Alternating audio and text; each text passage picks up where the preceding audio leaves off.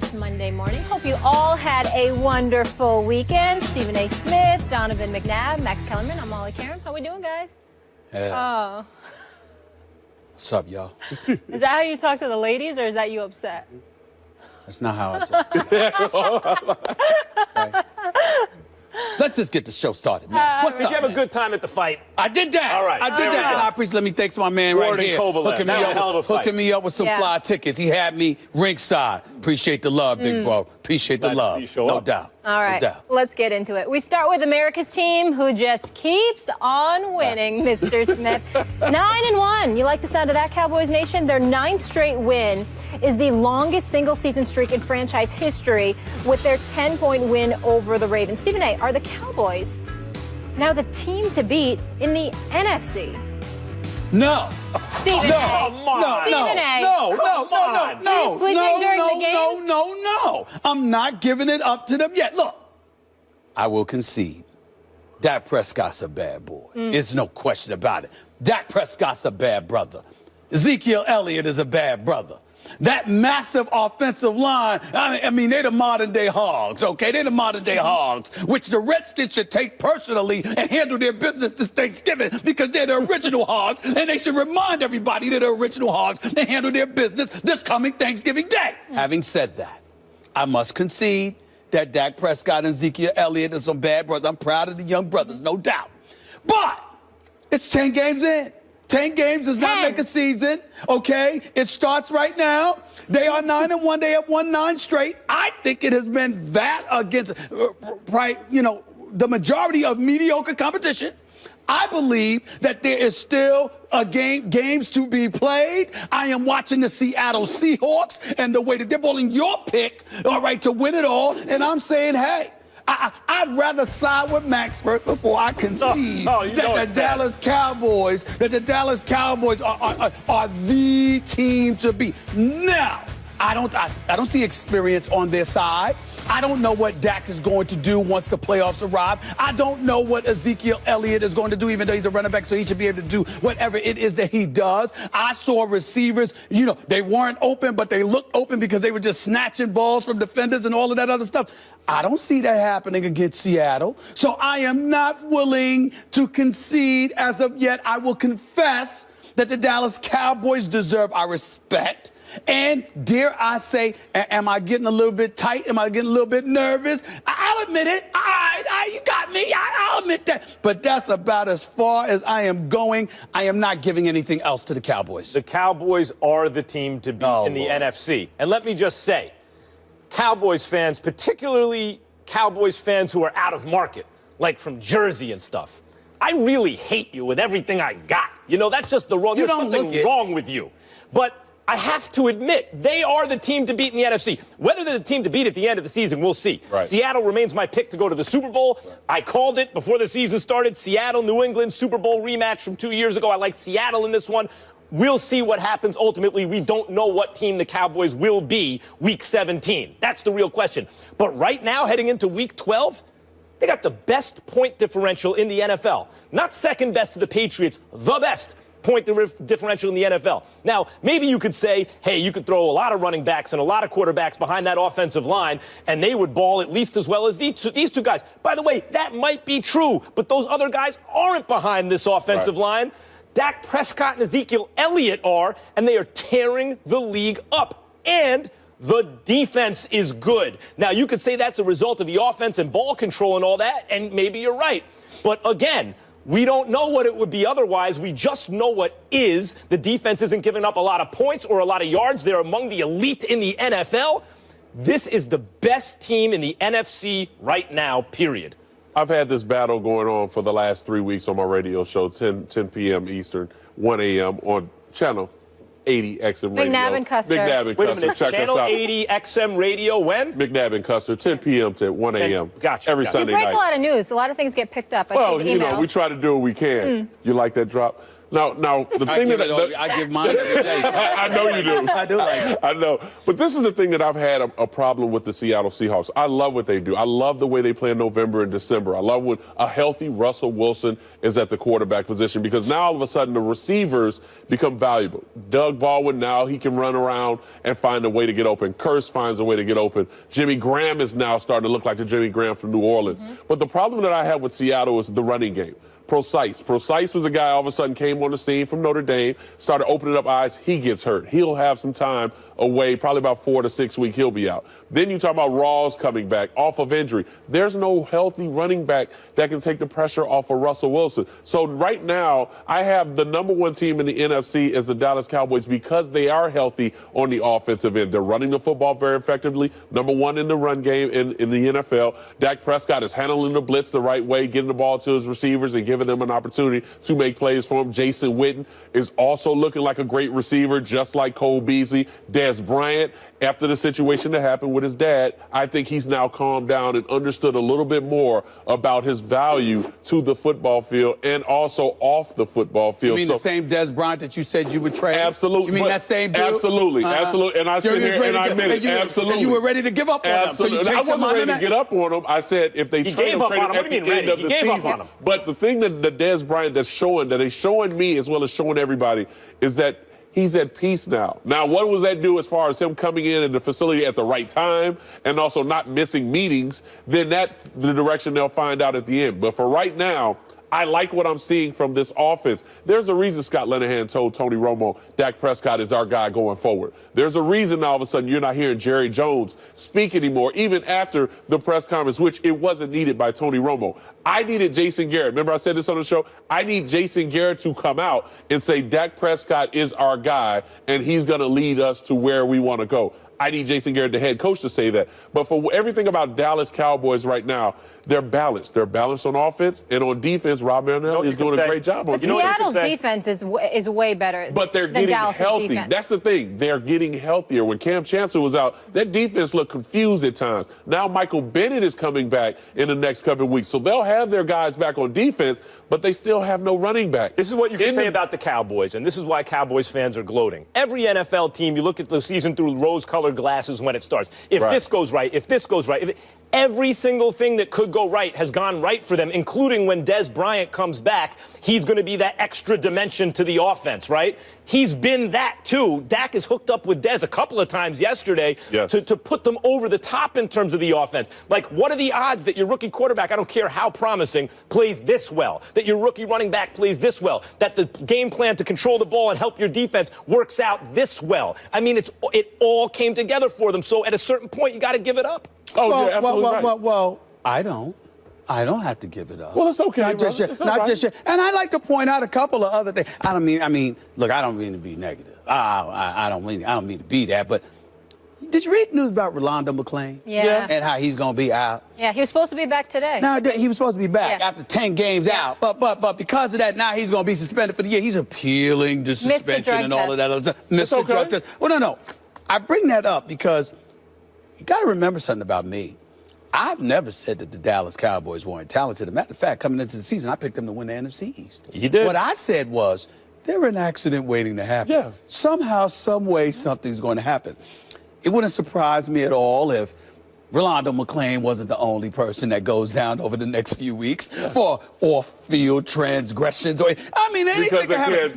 Anything because they can't stay off the weed. I don't see it happening. Something's going to happen. I don't know what's going to happen. I don't know. But I know. I have faith in Dak Prescott. He's a leader and a winner. Right. I have faith in Ezekiel Elliott because I think he's gotten a bad rap with some of the things that have been put out there about him. You're either going to go after him or you're not, as opposed to going after him, dropping the case and then bringing it back on and all of this other stuff. I got questions about that. But as a football player, this brother's a stud. I think he could be relied upon. Dak Prescott is a stud. I think he could be relied upon. The other members of the Dallas Cowboys, I'm just not so sure. And for me, I'm like, wait a minute. You got Washington coming up. You got a rematch against the Giants coming up. You got Detroit and Philadelphia coming up. You got about 5 of the next 6 games of the Dallas Cowboys. They're going to have, it's going to get a little bit tighter. We don't know. You can't predict anything about the NFC soft East. schedule so far. Soft schedule. Yep, nobody wants to say that. But part of that's because those team. the soft Part of that, schedule? no, they How could have. you If say you that? look at the one, You should be have a soft ashamed of schedule yourself right now. arguing with me about if that you look point. at the one-loss record of their opponents, it's bad. Part of that's because those guys are playing the Cowboys. But even taking that out,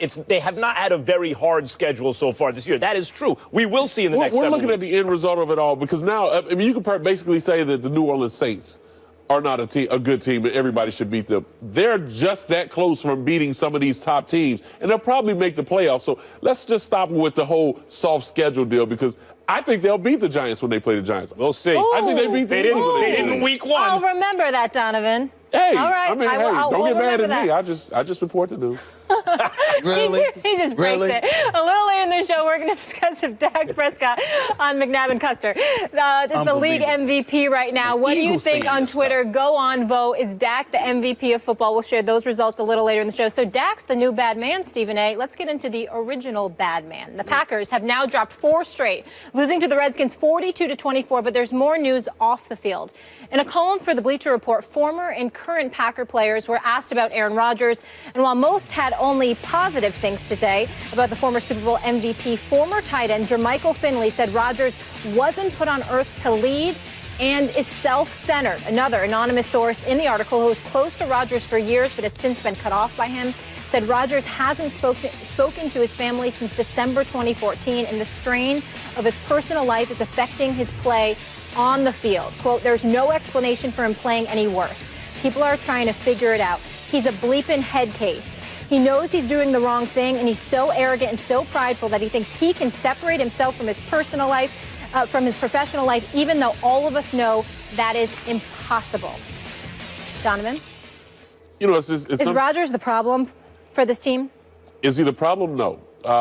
The defense is the problem, and the offensive play calling is the problem. What we've seen as far as the production is concerned, if you look at the numbers, Aaron Rodgers has played fairly well. Now, when you watch from the eye test, yeah, he's off, meaning he's missing receivers, little checks and things of that nature. He's off due to just decision-making. Now, off the field, yeah, we knew about the spat between he and his brother because his brother ended up doing, I think, The Bachelor, and his name was brought up a couple times on the show. Nobody wants to be a part of that whole deal.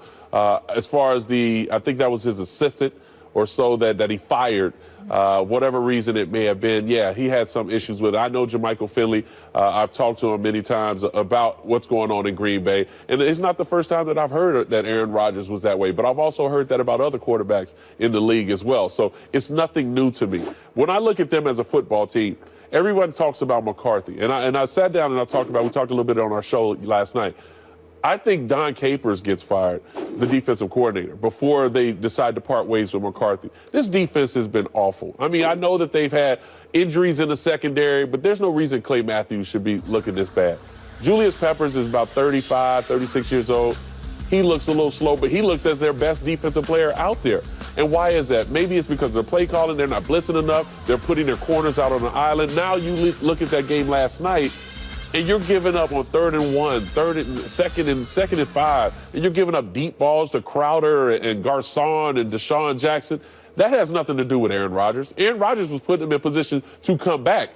If Cook didn't drop that ball after the fumble with Norman, we would be talking about what a great comeback that was, and possibly saying what's wrong with the Redskins, because their defense at times gives up too much. So I just think for Aaron Rodgers, on a personal issue, yeah, it could be weighing on him a little bit, not about his brother, but maybe about the situation that he has in front of him at this particular point with his fiancée. Let me chime in here and let me say this. First of all, the problem's not Aaron Rodgers. Right. The problem's Ted Thompson. Personnel that you got in terms of the depth chart is definitely Dom Capers. Mike McCarthy should have never had play calling duties taken away from him. He got it back this year. There are times where it's not obviously ideal, but for the most part, he does a good job with the play calling. Aaron Rodgers had a 115 quarterback rating last night. He didn't play shabby. It's just that Kirk Cousins played better because he was going up against that horrific secondary. I want to throw 3 names out here because I think it's important to point these names out. Quentin Rollins, Ladarius Gunter, and Micah Hyde. My brothers, y'all should be so ashamed of yourself. It was bad. I mean, they were horrible. I couldn't could not. I was like this. Damn, they wear an NFL uniform. I know they're not starters, but my God, Crowder and then Crowder again and then Garcon. I'm sorry, Crowder and then Garcon and then Crowder again. This is unbelievably embarrassing. I mean, Kirk Cousins it was like just throwing. It was 7-on-7. It was unbelievable. It was unbelievable how bad it is. So we know that Green Bay's defense is the problem because they're horrendous. There is no question about it. And Mike McCarthy has to assist Ted Thompson and other guys in getting that fixed. But here's the important point to mention, as far as I'm concerned, as it pertains to this segment. Jermichael Finley is wrong. That person who gave the anonymous quote is wrong. You don't talk about somebody's family. None of us, everybody here got problems with brothers and sisters from time. I know I do. Mm-hmm. Okay, trust me, I do. All right. The point is, it ain't everybody's business. Right. And the fact that, listen, I don't give a damn what Aaron Rodgers is going through. You don't have any business as a contemporary, as a player, as a colleague to be sitting up there, Max, and talking about how, well, you know what, you think he could separate the personal from the professional. Yes, you can.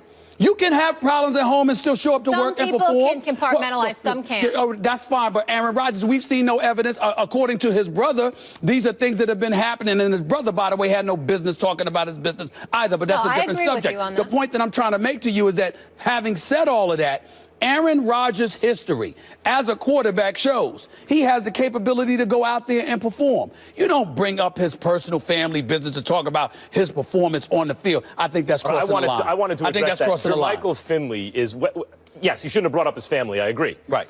If you're an NFL player, as Donovan McNabb knows, when you add the practice squad and you add the coaching staff and everything, you're dealing with over 100 people on every season that you're interacting with and can watch you in some capacity, and there's turnover every season. Once you've been in the league 8-10 years, there are hundreds and hundreds of people who have some kind of knowledge of you, and the chances are a couple of them aren't going to be crazy about you, almost no matter who you are, particularly if you are a little standoffish or arrogant. So I know where there's smoke. And maybe something here applies to Aaron Rodgers. I'm not dismissing it out of him, but he shouldn't have brought up his family. And I think just statistically speaking, it's likely you're going to find someone like Jermichael Finley to talk out the side of their mouth about you almost no matter who you are. So that's one. Two, it's not Aaron Rodgers. It's the defense and the running game, really. They really don't have a running game. And the defense, as sometimes I think you'll go over the top, Stephen A. Smith. Not in this case. I think your outrage, your indignation is justified about this. That defense is not an NFL caliber defense. I forgot who was it, Collinsworth? Who brought it up on the air the other day that their best defender turns the other offensive player into like a Pro Bowl player. Oh, they named about 4 of them. Well, quarterbacks had a plus 100 It's QB rating. unbelievable how bad the defense is. Now, is that coaching? Well, yeah, first of all, coaches got to put you in a position to succeed, and they're not doing that. And then players have to execute, and they're not doing that. This is what I want to bring up about Aaron Rodgers, okay? He is not what he was before the beginning of last season. Last season, or almost a little more than a season and a half, he's just been an elite quarterback, not the best player in football. But I want to point something out. This is where quarterbacks take the blame and the credit for team success. Eli Manning, 5-0 in his last 5 games, and I think we can all agree he's playing a good quarterback. I'm not saying he's playing MVP level, but he's a good quarterback. 5-0, Aaron Rodgers 0-4, and the sky is falling, right? Over that time, touchdowns to interceptions. Both have 12 touchdowns. Aaron Rodgers has thrown 3 interceptions. Eli Manning has thrown 6. Completion percentage, Aaron Rodgers 64%, Eli Manning 63%. QBR, Aaron Rodgers 74, which is elite. Eli Manning 68. The difference is Aaron Rodgers has been sacked 13 times, and he's much more mobile than Eli, obviously. Eli's been sacked 3 times over that time. So basically, Aaron Rodgers, in spite of playing on a much worse team at the moment, is doing a little better than Eli Manning, who's 5-0, and everyone would acknowledge is playing a good quarterback. People don't think of Eli as the same level, so they look at that as a knock. Yeah. I know. I was wondering why you even brought Eli Manning. Because Eli's an excellent quarterback. Okay. He's not? No. How many Super Bowl MVPs you got? Will you stop going to the Super Bowls? Why? It's only the most important thing. If you don't make the Super Bowl, does he make the playoffs? His regular season numbers. 2-time Super Bowl MVP. His regular season numbers don't even. He plays in a windy numbers don't even compare. For a team that in Aaron Rodgers, who they haven't made the playoffs, his numbers are way better than Eli Manning. So I wouldn't even compare those two. This is the problem that I have with it, and I've been a part of it. You know, when guys leave the team, all of a sudden they want to talk bad about the players that are still there. I've always had this issue with a lot of players I've played with, players that have left some other situations. I mean, perfect example, when Crabtree leaves San Francisco, and then he talks about Kaepernick, talking about him studying, talking about, you know, the type of player he was out on the football field. Everything was fine when you were playing with him. Now, all of a sudden, you leave and you want to sit there and just run your mouth. I always had a problem with that. And so for Jermichael Finley, no, you should not talk about anybody else's family. That's their business. The way they handle their business with their family is their business. But as far as the whole arrogancy and how he handles different things, he's not the first that have said that. Well, I don't have a problem with anybody that's got something to say about Aaron Rodgers, the football player inside that locker room. Because you did about Greg Jennings when Greg Jennings said no, because Greg Jennings left and went to Minnesota, and initially he was complimentary about Aaron Rodgers, and then all of a sudden he goes to Minnesota and he spoke a different tune. And that's when I said, you don't do that, which is what you just pointed to. That's my point. I don't have a problem with any player talking about Aaron Rodgers. I play with Aaron Rodgers. This is who he is as a player inside that locker room. But you don't know about him and his family. Right. And more importantly, if he did that to you, you'd be ready to knock his head off. So I'm like, wait a minute, you don't do something like that. You crossing the line, not to mention the fact that for somebody that's got quote unquote family issues, Aaron Rodgers has been a hell of a lot more productive than Jermichael Finley ever was. Let's call it what it is. He had an injury now. I understand that. But it does appear there's chemistry issues in that locker room. I want to bring it back. Wait a minute. You gues are too quick to dismiss my brilliant Eli Manning point. The point is about... If you said Tom Brady, I would have... The point is... This is my point. The point is that when you take a good NFL quarterback, of course, the expectations for Aaron Rodgers is way above that. And when he exceeds the performance of a good NFL quarterback, that's not good enough for people because it can't make up for a bad defense and no running game. The point is Aaron Rodgers isn't the problem. That's the point. We agree with that. Yes. But what you need to stop doing is bringing up Eli Manning. Hold on, let me finish. When you want to conveniently forget the fact that the man missed the playoffs 6 times in the last 7 years. You want to do an Eli Manning segment right now? I'm just saying. That's the point. We can do that. Later. I'll We're do that. going to get into the MCs later. And during the Nobody Packers' disrespecting them, but 6 times? losing streak, Aaron Rodgers leads the NFL with 12 TD passes. The other lesson of the day, don't talk about other people's families.